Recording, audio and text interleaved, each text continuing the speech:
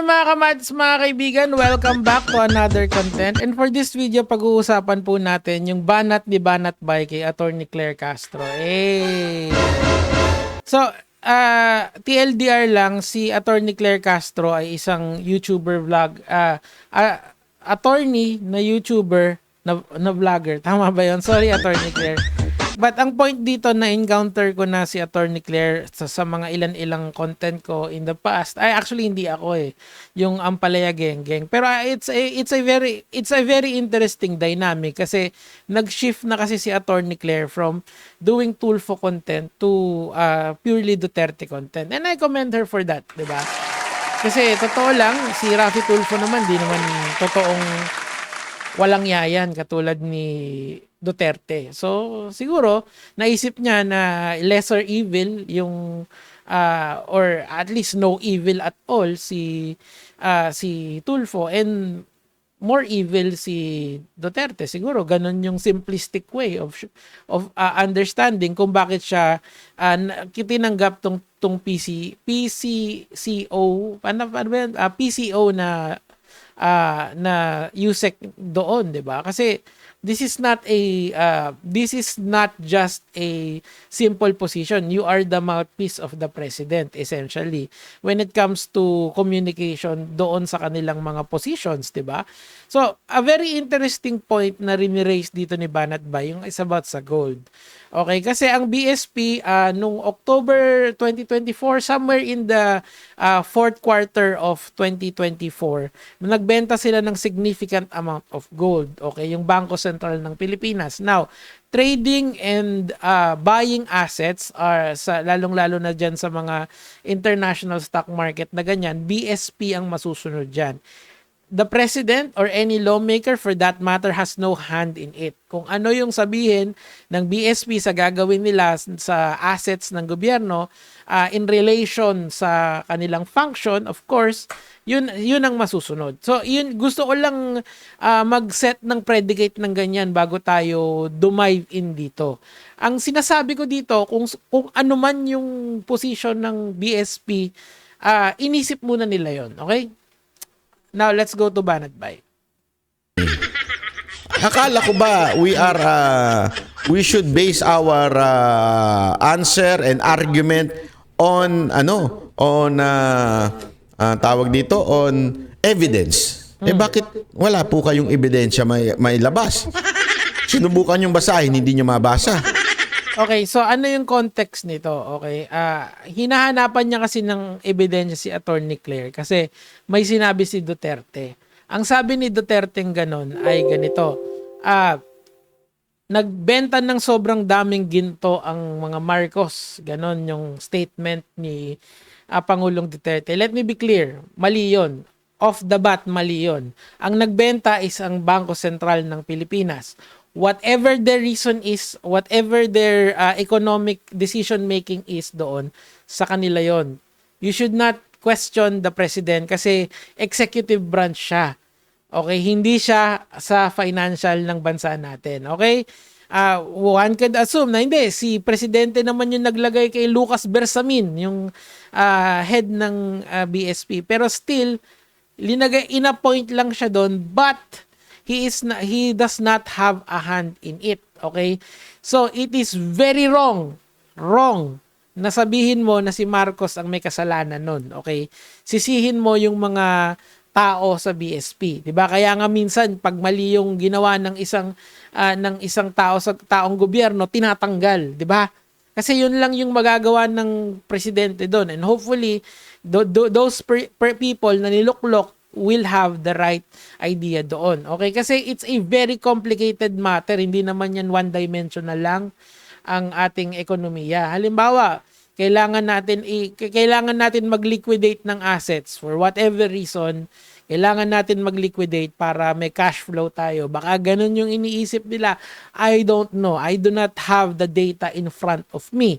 Pero I can surmise na hindi si Presidente Marcos yung may kasalanan. Yun yung position na dinedefend dito ni Attorney Claire Castro. Napakasimple niyang Banat Bay. Hindi ko alam kung bakit mo sinasabi na kailangan ay maging objective siya. When in fact, yung position mo rin, it's not objective.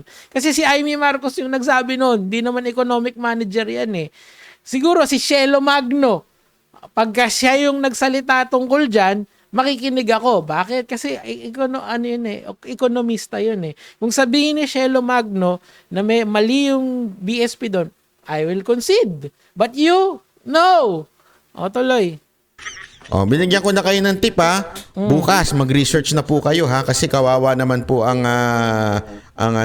mamamayan kung kayo magsasalita sa presidente Ang dinebunk lang kasi diyan ni Attorney Claire yung sinabi ni Duterte, which is mali naman talaga. Hindi si Marcos ang nagbenta nun. O hindi rin si Romualdez, hindi rin si Chis Escudero, hindi kahit sinong taong gobyerno except for the BSP. That's the main point. My God. Bobo. Ay, nako, kabubuan talaga. Hindi, kasi bias kasi naman talaga yung position lagi ni Banat. And of course, kami ni Attorney Claire din, bias din yung position namin kasi pro-admin kami ngayon eh, di ba? Siya, pro-admin yan. And hopefully, hindi kami nagfe-fake news. Yun kasi yung gusto nating iwasan dito eh. Okay, I'm not claiming na tama or mali yung ginawa ng BSP. Whatever the reason is, ask them. If you want to listen to someone knowledgeable dito, it's definitely not Banat Bay. Tanungin nyo si Professor Shelo Magno about kung tama ba or mali yung galaw ng BSP. And si Attorney Claire naman, she is just saying na binabanatan kasi ni Duterte na naman ang Malacanang ngayon. And if walang sasagot doon, magiging narrative 'yon. Gets nyo? Kaya mahirap talagang hindi sumagot dito eh. Pero antay-antay lang lagi. Buti na lang nandyan si Attorney Claire. Very good. Tuloy. Hindi, wala kayong kaalam-alam. Kakahiya ho yun, di ba? Nakakahiya. Sana ho, mag-ano na ho kayo, mag-research na. Ang sinasabi nila ay... Ano ba ibig sabihin ng mag-research? Pag nag-research ba si Attorney Claire, tapos in-strengthen niya yung position niya na mali si Duterte at hindi kasi ng ayunan, ibig sabihin ba nun, mali yung research niya? Ganun ba yun? Kasi ganito kasi gumagana yung critical thinking ha. Para lang doon sa mga nakikinig. Hindi porke magkaiba tayo ng opinion sa isang bagay ay hindi na gumagana yung critical thinking ko. Or kasi hindi tayo parehas eh. Na-figure out namin, ito yung tama, ito yung mali. No, it doesn't work that way. You can have two different opinions, di ba? Or sabi nga nila, yung dissenting opinion, pwede yun. Pwede kang magkaroon ng dissenting opinion na about sa mga bagay-bagay. Okay? Ganon din dito. We are seeing here two people defending one side and the other one is defending the other side. Now, if you want economists to debate on the matter, then listen to someone who is actually an expert on the matter. Ang dinidefend ni Attorney Claire dito is yung sinasabi ng Malacanang, okay? Na hindi kami nagbenta niyan. Whatever the wisdom of the BSP is, sa kanila yon, tanong mo sa kanila. Bakit mo naman bibigyan ng pop quiz ng about sa gold economics si Attorney Claire? Malamang hindi niya alam yon right off the bat. Pero right off the bat, alam natin ang functions ng executive is not to sell the gold. That is bullshit. That is the misinformation. Hindi ko sasabing disinformation. Misinformation 'yun. Kasi disinformation sinasadya eh, 'di ba? Sasabi, si Presidente Duterte naman, naalala ko dito, napanood ko na kasi ito eh. Naalala, sabi nga, si Presidente Duterte naman, dating president yun. So, alam niya yung function nun. No? Kung alam niya yung function nun, he should have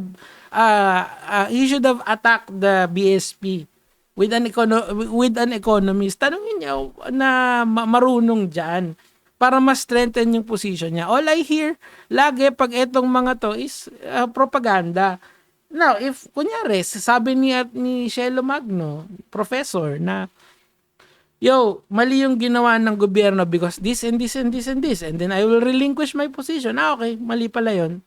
Because I'm not knowledgeable enough to say this na kung ano na mali or tama yung ginawa ng BSP. Pero I know, fundamentally speaking, ang dinidefend lang ni Attorney Claire Castro ay hindi si Marcos yung nagbenta nun. It's misinformation malala. Si Marcos does not have a hand in selling those gold. That is her position. That is all the position that she needs. But you are saying na mag-research, ikaw kaya makipagdebate dun sa mga taga BSP. Total, may platform ka naman, banat ba eh. 'Di ba? Anyway, I don't know if I'm gonna do more Attorney Claire content kasi, it's very interesting na siya yung kinuha. Isang vlogger and dating, ano bang tawag sa anti-Tulfo, ngayon mas anti-Duterte na. I like it. I like the change. Yun lang naman yung sa akin for today. Gege mga lods.